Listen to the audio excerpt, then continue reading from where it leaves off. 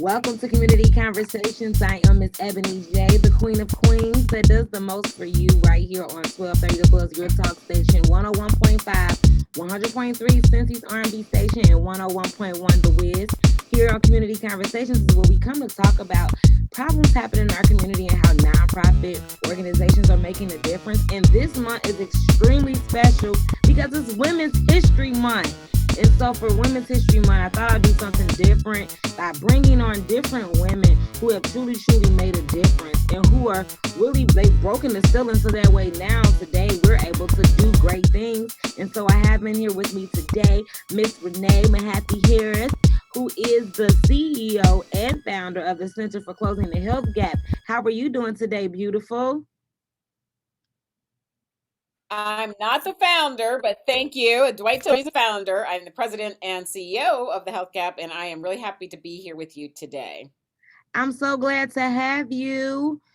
Just honestly, Miss Mahaffey, you've done so many amazing things, and what I love is that you're an advocate for the underserved, and I think that that's so important because we have so many people who have really dealt with a lot of things in their life, and they don't think that they'll be able to be successful. But you've been really committed. I mean, your journey, you've done so many great things. I just want to first talk about the Center for Closing the Health Gap and the commitment that you all have had with health. Tell us about the company. So, we have been in existence about 17 years. Again, founded by Dwight Tillery because he saw these disparities that were persisting across our nation and that we were disproportionately impacted way from a mortality perspective by almost every major disease. And as I look back, I have really had the opportunity to understand that the reasons for those disparities have more to do with the things that we do every day, where we live, our economic.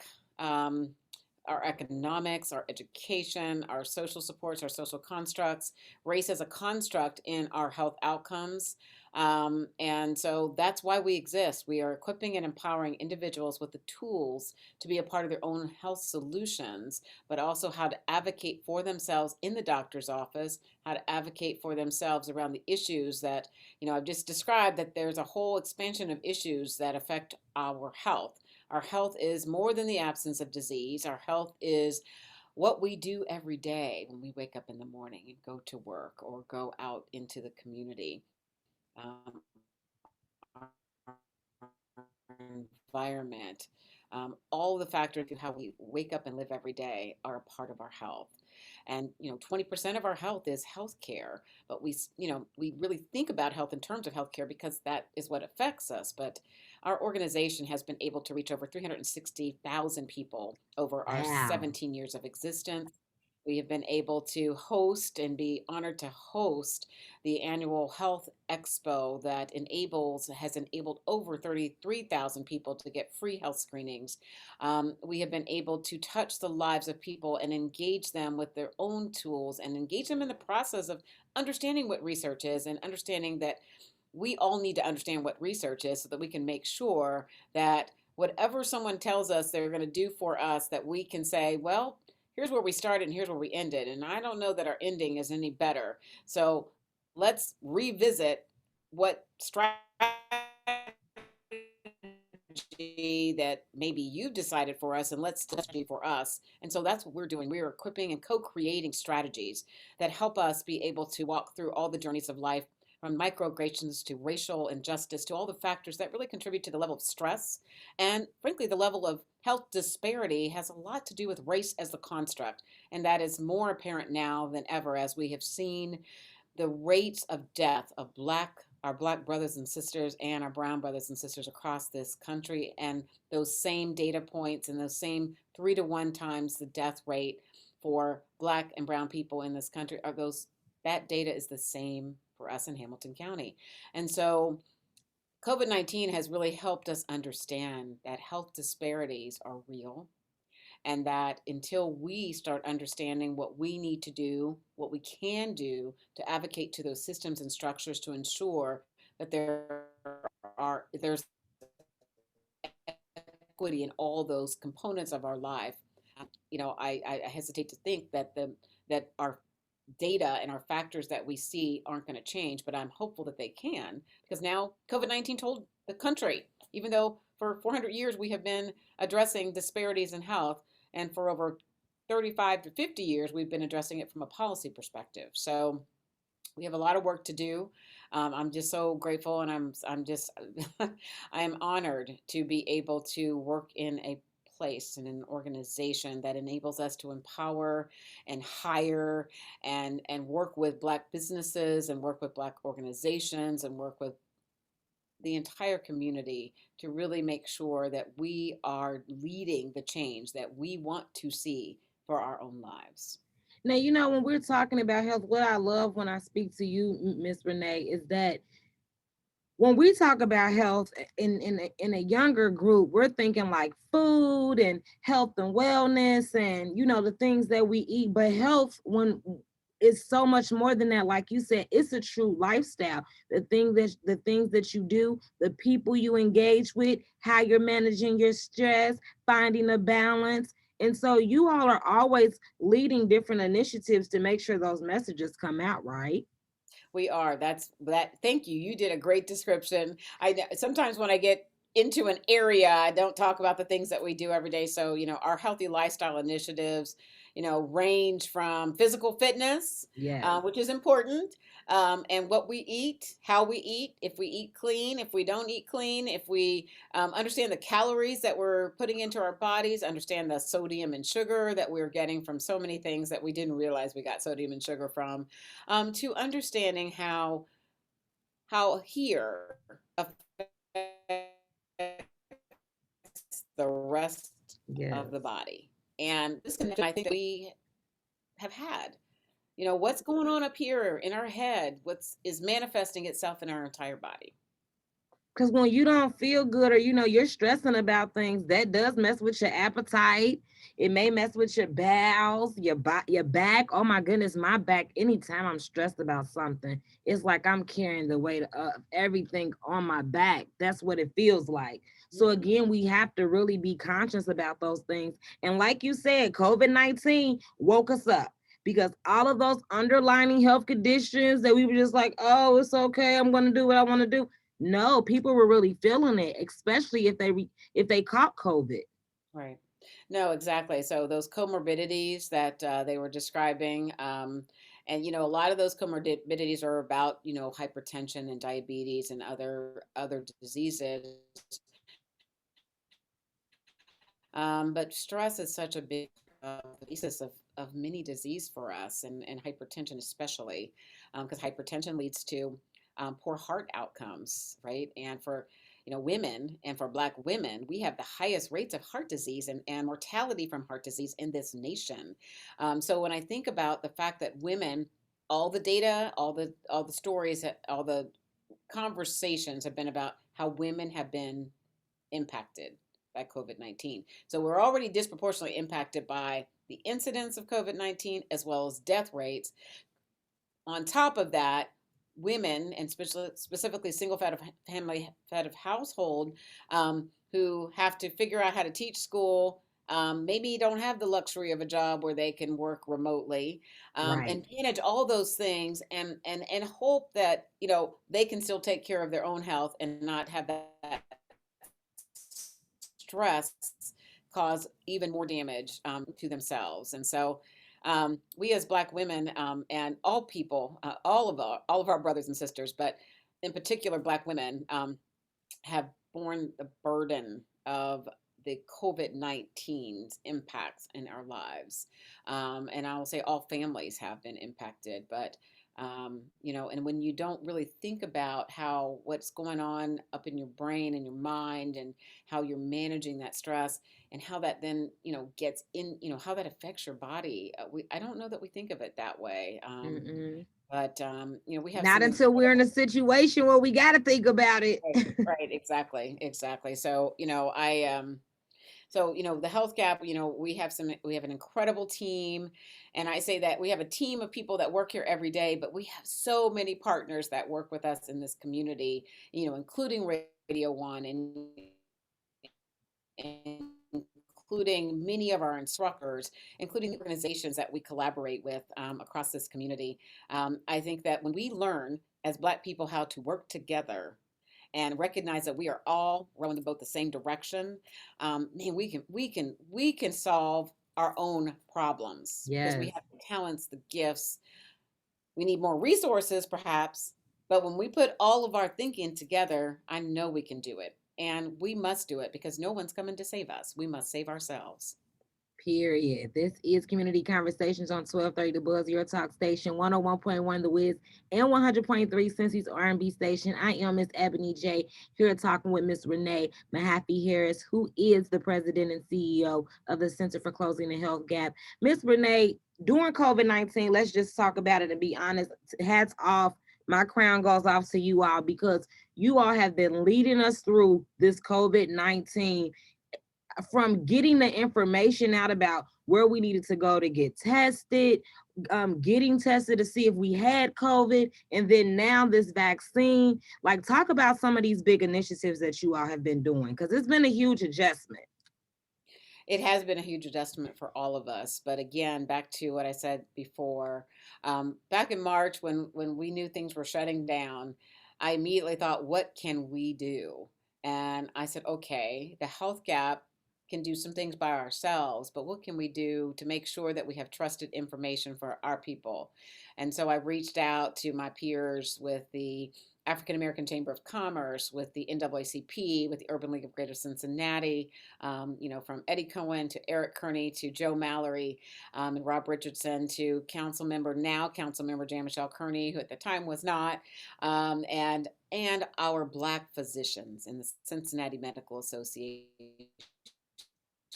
And we said, we're going to launch a site called COVID-19communityresources.com. At the time, we thought that that name made sense because it described what it was and what it was there for. But I know some people are like, well, that's really long. But anyway, COVID-19communityresources.com was launched on March 23rd of 2020 with not just information about COVID-19 and facts that we could share with each other from a trusted source.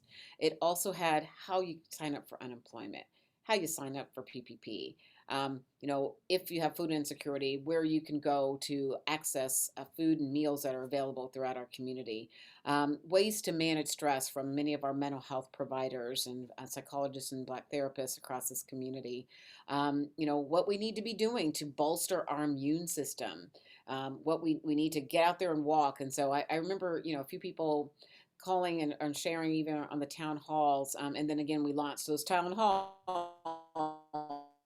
My halls. favorite. And we were really excited to have sharing experts. We had experts from our physicians and clinicians and researchers across this community that gave up their time to come on and be able to ask questions. So I think what we know is when we have the knowledge, then we can make an informed decision, and then we have a greater control and empowerment over our own outcomes. I So definitely that agree. that so that was um, that started last March. We've had over 30 town halls. Again, that was many organizations joined even in supporting and being a part of sharing information on the COVID-19 communityresources.com. Over 30 organizations joined, in addition to those 5 partners I mentioned we ongoingly work on ways to make sure information is there. We've kind of switched to how we have vaccine information. We did a research study for Hamilton County, in which we were able to conduct a group survey over 500 people that look like us to understand how we feel about the vaccine, um, what it's going to take for us to understand the history and get past that history to understand what this vaccine is about. And so, I applaud the 60 organizations that made that research possible and the over 25 leaders that made that research possible. So again, we did not do it alone. I think what I have learned right now is, God gives us many things, and it is for us to give each other grace, and it's for us to understand that we got to do this together. So that's what I've learned through COVID-19. I think the vaccine is a continued um, opportunity for us to inform each other, to be patient and give each other grace. There are a whole lot of people who trying to figure out how these processes can work easier. There are organizations like the Health Gap, like the Urban League, who are making it easy for people to sign up. So calling their organization, and then instead of you having to figure out how many people to call, navigating and getting people signed up. So I can't say that the Health Gap is just doing that. I have to say the Urban League's doing that, and there are many other organizations doing that so that we can make it easier for us to get the vaccine, as well as advocating and making sure that there is equitable distribution of the vaccine and using the data to tell us we know where we live. Right. So let's look at where we live and look at the barriers that may stand in the way of us getting to a vaccine, be it the hours of day that we work, having sites be open later in the day and on the weekends, um, removing some of the barriers about the multiple places, and in really making sure and advocating. And there are many organizations that are working together to advocate and make sure that we make it easier for us to get the vaccine, and as well as continue to educate each other about, we know what COVID-19 does to us. We know that there are historical reasons why we have mistrust in the medical field. But Correct. it is now time for us to inform each other so that frankly we can save our lives. And my job is not to say you need to take the vaccine. My job is to say, what information do you need me to give you to help you make an informed decision for yourself and your family? I think that's honestly what I love about the Center for Closing the Health Gap, because you've always been about giving us the information, not necessarily forcing a decision on us. Even at the gaps, like at the actual fairs when we're in Washington Park, there's tons of loads of information and organizations, and you give us the opportunity to be able to go. The people are always friendly and always answers our questions. In the town halls, I felt no one held back. Everybody was very honest. The doctors were very honest with giving their opinions. You didn't just choose people who had the smarts, but people who actually did take the vaccine to give their advice. So I just commend the work that you all are doing. Like, it has really helped me grow as a woman, and me grow just learning about more, being aware about my health, because a lot of the things I never really thought about. But again, we're getting older and now we have COVID. So it's even more serious to think about ways that we can have a really healthy lifestyle. That's right. And first of all, Ebony J, you are a queen, and I am so grateful for you and for all you do in our community. I mean, again, if we could figure out the best, if we could figure out a way to elevate all of our queenness, our kingness, our prince and princesses in our communities, I know that we could change, the trajectory for us as Black people in this country. Correct. We really can. And that leads me to my next question to you, because again, being a woman in this field, for me, I've never really seen Black women in radio or on TV when I wanted to do this. I want to know, for you, how important do you think it is to have strong Black women lead in their communities? It is critical. I don't think it's as even as children and as parents, right? It's not what we say, it's what we do. So if Yes. we don't see our images in all aspects of livelihood, um, it does impact what we believe we can arise to, right? Correct. And so, and I guess what's really important to me, I know you are aware of the Black Women's Health Movement, and I look forward to continue to elevate you. And it's so interesting in launching the Black Women's Health Movement a couple of years ago, and now working with a national organization that's focused on Black women's health across this country. The hardest thing was to get people to understand a movement, because we are, I think, so used to. And since I was watching an interview of Cicely Tyson recently, and this notion that that we pull each other back versus lifting up the queens and kings that we are. Right. So we don't have to worry about anybody else, because we have to break through that mentality that was given to us when we were brought here, and see that if we elevate one another, Correct. support one another, recognizes the higher we all go, we all benefit. And that's what I want to see us do. We have so much talent. We have so many gifts that we have seen across this nation for decades. But in every child, there is king or queen, right? They can achieve what they believe they can achieve when they are supported and encouraged. And so we all need to give that encouragement and support to each other. And I think we've done that during COVID-19, right? Because I people think have so. lost I loved think we ones. have. People have lost loved ones. People have lost family. Um, we have all been impacted. And we know that we have been disproportionately impacted when we're already disproportionately impacted. So it's time for us to pull together and lift each other up and demonstrate what we can do to save each other. Because, I know I've said this, and I know we have a campaign, and I'm saying the words of that campaign, but nobody is coming to save us. We have to figure out our solution. But when we leverage and pull all of our intellect and our capacity and our talents together, I know we can do it. I'm glad you said that. I think that's a great way to end the show there. Like she said, no one is coming to save us. And I think that's the realest it gets, because growing up when I was young and we had dreams and it was like, I'm going to get discovered. Somebody's going to come see me and boom, the next level's going to happen. Honey, you just told us the truth. No one is coming. You have to go and get it. What it is that you want, you have to go and get it. You have to surround yourself with like-minded people who want Right. to see you do great, who are going to Right. take you higher, who's going to be honest with you to let you know you're doing the wrong thing and that's not going to get you there. Like Right. literally, that's what we need, and that's what it's really about. No, it is. And you know what? That discernment that God gives us. And I keep saying this to people, and sometimes they laugh at me when I say it, but God gives us grace every day when we wake up each morning. And if we could just give each other that same grace, just imagine where he could take us. I know, right? Yes. So again, if someone is listening, they want to learn more about the Closing the Health Gap, they even may want to learn more about the Black Women's Health Movement. Tell them where they can go.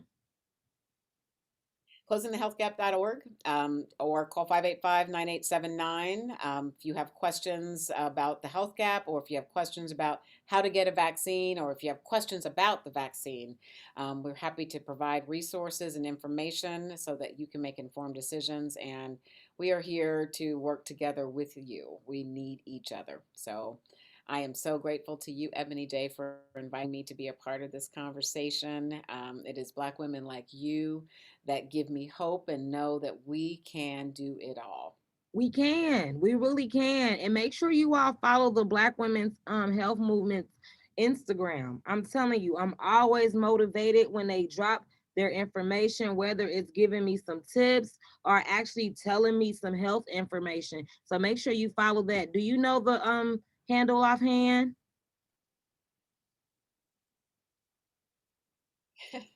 Black Women's Health Movement.cincy, CINCY. I Boom. think Go that's it. check Or it you can go out. to the Health Gap, closingthehealthgap.org, and you can link right to the Black Women's Health Movement site. And, we want to elevate all of our incredible queens and princesses, as I call them, across this community, and the innovative things that we are doing every day. We want to elevate each other. So please share. Thank you so much, Miss Renee. Keep Thank you, queening. everybody. You do the same. You This are is our queen. Thank you. This is Community Conversations on 1230 The Buzz, your talk station, 101.5 The Buzz and 100.3 Cincy's R&B station. If you would like to be a guest, all you have to do is email me, Miss Ebony J at radio-1.com. That's MSEBONYJ at radio-1.com. See you next week.